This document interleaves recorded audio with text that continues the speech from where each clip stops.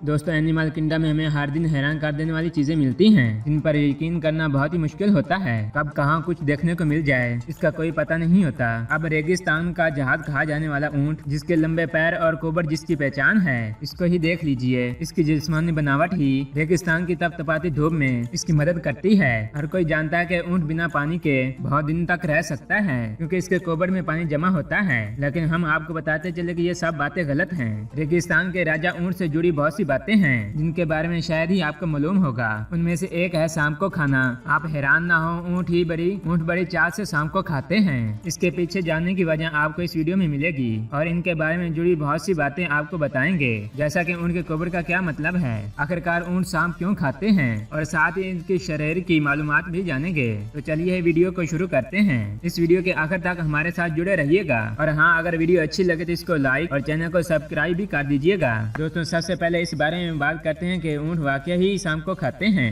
हो सकता है आपने इससे पहले इंटरनेट पर ऐसी वीडियो देखी हो और कुछ लोग इसे गलत भी मानते हो, तो हम आपको बताते चले ये बिल्कुल दुरुस्त है। ऊंट को शाम खाते हुए देखकर आप जरूर हैरान हुए होंगे, लेकिन हम आपको बताते चले कि ऊंट को एक ऐसी बीमारी होती है जिसकी वजह से इनकी गर्दन और पैरों में दर्द होता है, जिसकी वजह से वह बहुत से दिनों तक खा पी नहीं सकते। इस वक्त उनको शाम खिलाए जाते हैं, जिससे 12 घंटे के अंदर इनका दर्द गायब हो जाता है। हालांकि हिरन को भी शाम खाते हुए देखा गया है। ऊंट दुनिया के हर पौधे खाते हैं, यहाँ तक कि रेगिस्तान में उगने वाला कैक्टर, जिसके ऊपर बहुत से कांटे होते हैं, इसको भी ये बहुत ही आराम से खा जाते हैं। दरअसल ऊंट के होंठ बहुत लचीले होते हैं, जो कांटों के साथ मुड़ जाते हैं, और उनके मुंह के अंदर धारीदार बनावट भी होती है, जो काफी कठोर और मजबूत होती है, जिसके टकराने के साथ कांटे भी टूट जाते हैं। इसके अलावा ऊंटों को सामान लाद कर ले जाने और ले आने के लिए इस्तेमाल किया जाता है। राजस्थान में अजमेर से 14 किलोमीटर दूर पुष्कर में एक मेला लगता है, जिसमें बड़ी तादाद में ऊंटों की खरीदारी होती है।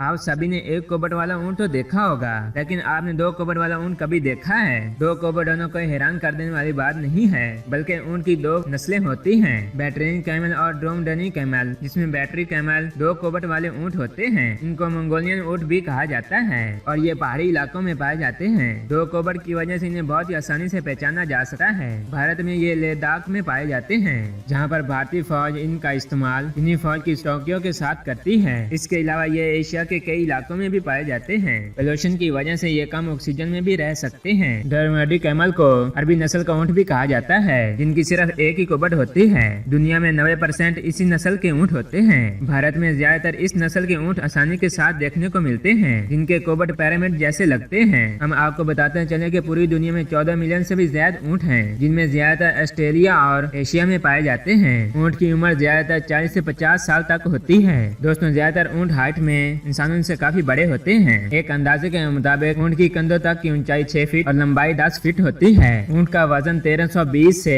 2200 तक हो जाता है। ऊंट की सभी नस्लों में ड्रोमेडरी ऊंट सबसे बड़े होते हैं। ये कंधे तक लगभग 6.5 फीट लंबे होते हैं। इनकी शारीरिक लंबाई तकरीबन 10 फीट से ज्यादा होती है। इसका वजन 880 से 1325 पाउंड तक होता है। दोस्तों, क्या आपको मालूम है कि ऊंट चारों पाँव से किसी भी तरफ लात मार सकते हैं? यहाँ तक कि ऊंट तेज हवाओं से बचने के लिए हवाओं की वजह से पैदा होने वाली गर्दो गुबार को रोकने के लिए अपना नाक बंद कर लेते हैं। दोस्तों, हम आपको बताते चले कि ऊंट की पैदाइश के वक्त इसकी कोबड़ नहीं होती, ये बाद में बच्चे के बड़े होने के साथ आ जाती है। ऊंट किसी भी चीज को आसानी से देख और आवाज आसानी से सुन सकता है। हर साल अरब अमारात में अल दाफरा ऊंट मेला मनाया जाता है, जिसमें ऊंटों की खूबसूरती को जांचा जाता है। दोस्तों, ऊंट एक शांत रहने वाला जानवर है। शायद यही वजह है कि अरब को ऊंट संस्कृतियों में पुरसुकून जानवर माना गया है। दोस्तों, हम आपको बताते चले कि पालतू जानवर का महत्व काफी ज्यादा होता है, लेकिन एक दौर ऐसा भी था कि पालतू जानवर की वजह से लोगों के स्टेटस को देखा जाता था।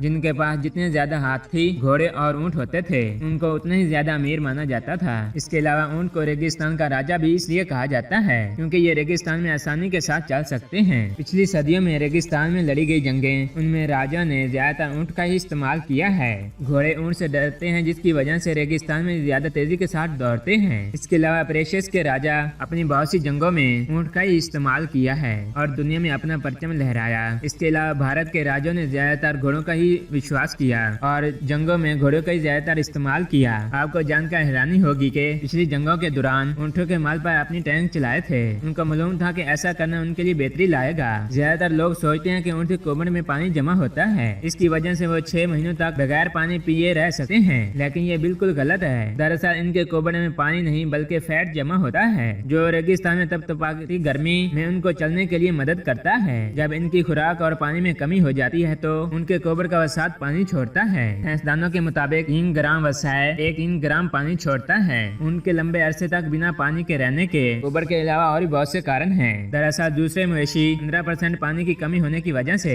इनकी मौत वाक़या हो जाती है, लेकिन ऊँट में ये 25% है। इस वजह से ऊँट लंबे अरसे तक पानी पिए जिंदा रह सकते हैं। इसके अलावा ऊँट उतना ही पानी पीता है जितनी उसको प्यास होती है। एक प्यासा ऊँट एक वक्त में 135 लीटर पानी पी सकता है। आप इस बात का विश्वास नहीं करेंगे, एक अरबी शादी में खाने के तौर पर भुना हुआ ऊँट दिया गया जिसको दुनिया की सबसे बड़ी दावत माना जाता है। वैसे रेगिस्तान में ऊँट कोबर जितनी मददगार है उतने पाँव भी मददगार हैं। ऐसे रेगिस्तान में इंसान को तो छोड़ो कोई भी जानवर भी सही से नहीं चल पाता। वहाँ पर ऊँट 60 किलोमीटर फी घंटे की रफ्तार से चलते हैं। इसकी सबसे मेन वजह उनके पंचों की बनावट होती है। इनके पंजों में 2 अंगूठे होते हैं जो रेत पर पूरी तरह से फैल जाते हैं, जिसकी वजह से इनका पूरा वजन रेत पर पड़ता है। इसकी वजह से ये रेत पर बहुत ही आसानी से चल सकते हैं और साथ ही इनके पंजे बहुत चौड़े होते हैं जो इनकी रफ्तार को तेज करने में मदद देते हैं। दोस्तों हम आपको बताते चलें कि रेगिस्तान में ऊँट की पलकें भी काफी मददगार होती हैं, जिसकी वजह से रेगिस्तान में आने वाले तूफान की वजह से उनको चलने में कोई दुश्वारी नहीं होती। जहाँ पर हम इंसानों की आंखों में धूल का एक टुकड़ा भी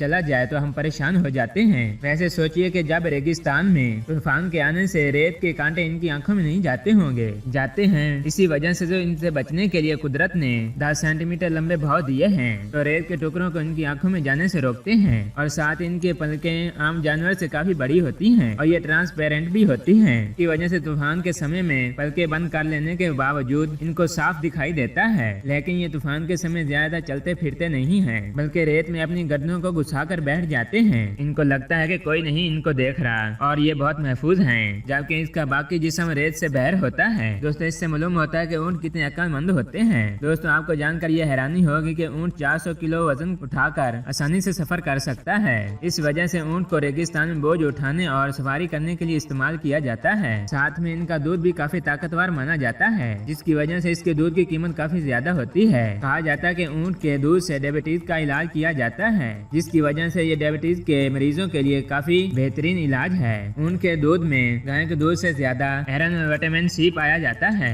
लेकिन फिर भी इसको ज्यादातर इस्तेमाल नहीं किया जाता। लेकिन अरब के ममालिक में इसके दूध की सप्लाई आम दूध की तरह की जाती है। अबू धाबी में आप ऊँट के दूध का शेक खरीद सकते हैं जो असली ऊँट के दूध से बना होता है। अगर इनके दूध का इस्तेमाल बढ़ जाए तो इनकी पैदावार में भी इजाफा हो सकता है। दोस्तों ऊँट के बारे में इन सब मालूमात को जानकर आपको कैसा लगा? क्या आपको पहले इन सब चीजों के बारे में मालूम था? जवाब कमेंट में जरूर दीजिएगा। दोस्तों आज के लिए बस इतना ही, मिलते हैं किसी ऐसी इंटरेस्टिंग वीडियो में। दोस्तों आप हमारे चैनल पर नए हैं तो चैनल को सब्सक्राइब करके बेल आइकन जरूर दबा दीजिए ताकि नए वीडियो की नोटिफिकेशन आपको बर वक्त मिलती रहे।